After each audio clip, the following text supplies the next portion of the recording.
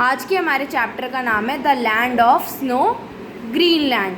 अब जहाँ पर बहुत ज़्यादा यानी कि जहाँ पे बहुत ज़्यादा स्नो है उस जगह का नाम है ग्रीनलैंड। अब हम स्टार्ट करते हैं chapter. The polar regions of earth are the regions of earth surrounding the north and south poles. अब जो पोलर रीजन होते हैं हमारे अर्थ के, वहाँ पे दो रीजन्स हैं, नॉर्थ पोल है और साउथ पोल है। These regions are dominated by earth's polar ice caps. अब ये जो हमारे दोनों रीजन है ये दोनों बिल्कुल एक्सट्रीम पॉइंट्स पर हैं, तो यहाँ पर हमारे आइस कैप्स हैं यानी कि बहुत ज़्यादा बर्फ़ प्रेजेंट है। The northern resting on the Arctic ocean and the southern on the continent of the Antarctica. अब जो हमारा नॉर्दर्न पार्ट है वो आर्टिक ओशन की तरफ आता है और जो सदर्न पार्ट है वो एंटार्क्टिका की तरफ आता है। Greenland, Greenland the world's largest island is situated near the north pole. जो वर्ल्ड का सबसे बड़ा आइलैंड है वो नॉर्थ पोल के पास सिचुएटेड है, जिसका नाम है Greenland. Greenland remains under snow and ice through out the year. Greenland पूरे साल ही स्नो से और बर्फ़ से ढका रहता है। Location, Greenland is located towards the north east of the America. अब जो ग्रीनलैंड है वो हमारा कहाँ पर लोकेटेड है? नॉर्थ ईस्ट, नॉर्थ अमेरिका के नॉर्थ ईस्ट वाले पार्ट में।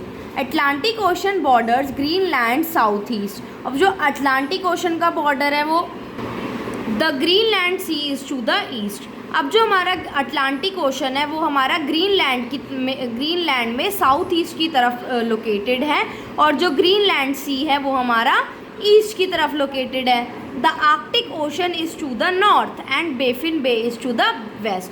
अब जो आर्कटिक ओशन है वो हमारा नॉर्थ की तरफ है और जो बेफिन बे है वो हमारा वेस्ट की तरफ है। The country and it's government. अब जो ग्रीनलैंड कंट्री हम उसके और उसकी गवर्नमेंट के बारे में पढ़ेंगे। Greenland is a part of the kingdom of Denmark. Greenland Denmark एक कंट्री है जिसका पार्ट है। Governed by the home rule administration, जहाँ पे होम रूल एडमिनिस्ट्रेशन चलता है। Head of state is the monarch of Denmark represented by a high commissioner. अब जो हेड ऑफ द स्टेट है वो हमारा कौन रिप्रेजेंट करता है? हाई कमिश्नर रिप्रेजेंट करता है। Head of the government is the prime minister elected by the parliament. और जो गवर्नमेंट का हेड होता है वो कौन होता है? प्राइम मिनिस्टर, जिसको पार्लियामेंट इलेक्ट करती है। नेक्स्ट आता है land. Greenland is the world's largest islands which covers an area of about 21.6 lakh square kilometre. Greenland world का सबसे बड़ा आइलैंड है जो 21.6 लाख स्क्वायर किलोमीटर की जगह को कवर करता है। The island looks white as about 80% of the land is permanently under snow and ice. अब जो आइलैंड है वो बिल्कुल वाइट दिखता है क्योंकि उसका जो 80% हिस्सा है वो स्नो और आइस से कवर्ड रहता है पूरे साल या पूरे टाइम ही। The average thickness of the ice sheet is about 1500 metres. अब जो थिकनेस है वहाँ की आइस शीट की वो कितनी है? 1500 मीटर्स, यानी कि इतनी मोटी उनकी आइस शीट होती है। The lower layers of the ice sheet में have existed since the last ice age. और इसके नीचे की जो लेयर है वो लास्ट आइस एज के टाइम से ही एग्जिस्ट कर रही हैं। Huge pieces of ice often break away from the ice sheets and slide down into the sea. अब कभी कभी आपने देखा होगा कि हमारे जो आइस के टुकड़े हैं वो टूट जाते हैं, तो वो टुकड़े बनकर नीचे सी में चले जाते हैं। These are called icebergs. इनको हम आइसबर्ग्स कहते हैं, यानी कि बड़ी सी आइस शीट में से अगर कोई टुकड़ा टूटता है तो उसको हम आइसबर्ग बोलते हैं। These blocks of ice look like huge frozen mountains floating in the sea. अब ये जो हमारे आइसबर्ग्स होते हैं ये हमारे बहुत बड़े फ्रोजन माउंटेन की तरह दिखते हैं जो हमारा सी के अंदर फ्लोट कर रहे हों। These are often not visible due to thick fog. ये ज़्यादातर हमें नहीं दिखते क्योंकि वहाँ पर बहुत ज़्यादा कोहरा होता है।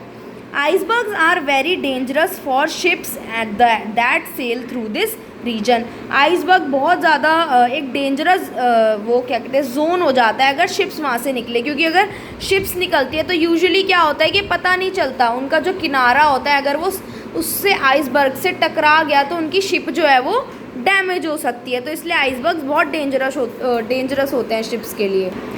नेक्स्ट आता है climate. Greenland has an Arctic type of climate. अब ग्रीनलैंड का जो क्लाइमेट है वो कैसा है? आर्कटिक जैसा है।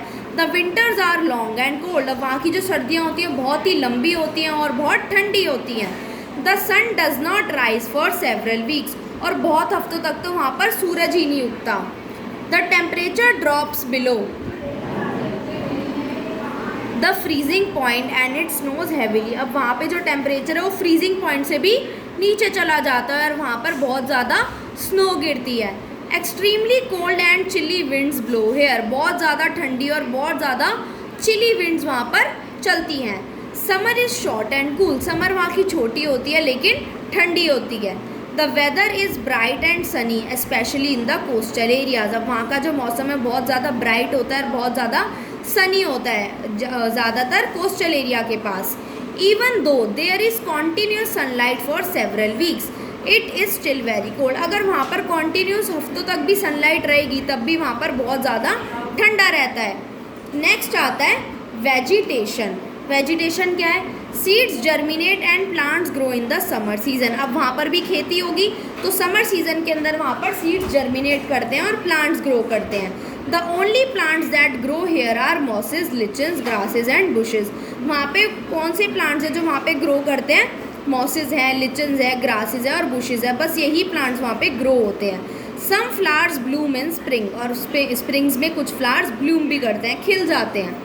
Both summer and spring are very short in Greenland, summer और स्प्रिंग दोनों ही बहुत छोटी होती है ग्रीनलैंड में, यानी कि उनका ड्यूरेशन ज़्यादा नहीं होता, वहाँ ज़्यादातर ठंड ही रहती है। There are no forest here, वहाँ पर जंगल भी नहीं है। No crops can grow here due to cold climate, और ना वहाँ पर कोई क्रॉप ग्रो कर पाती है कोल्ड क्लाइमेट की वजह से, क्योंकि वहाँ पर सन की हीट तो चाहिए होती है ना हमें क्रॉप को ग्रो करने के लिए। नेक्स्ट आता है हमारा wild life.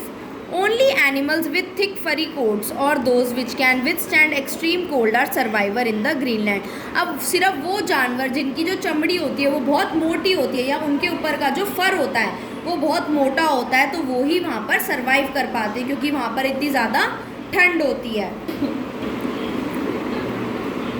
The few native land mammals in Greenland include the polar bear, Arctic fox, reindeer, Arctic hare, musk ox, collard, lemming, ermine and Arctic wolf। अब इन्होंने कुछ हमें लैंड मैमल्स के बारे में बताया हुआ है जो ग्रीनलैंड में प्रेजेंट है, जैसे कि polar bear, Arctic fox, reindeer etcetera.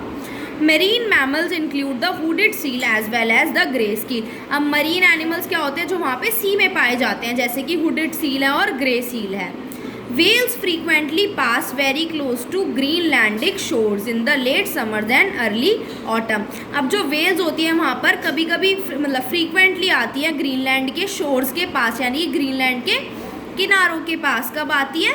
Late summer में या फिर अर्ली ऑटम में, यानी कि जब समर जा रही होती है और जब ऑटम आ रहा होता है।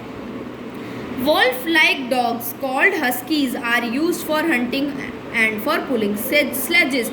अब ना वुल्फ जैसे दिखने वाले डॉग्स होते हैं जिनकी ब्रीड को हम हस्की कहते हैं, उनको वहाँ पर हंटिंग के लिए और स्लेजेस को खींचने के लिए यूज़ किया जाता है।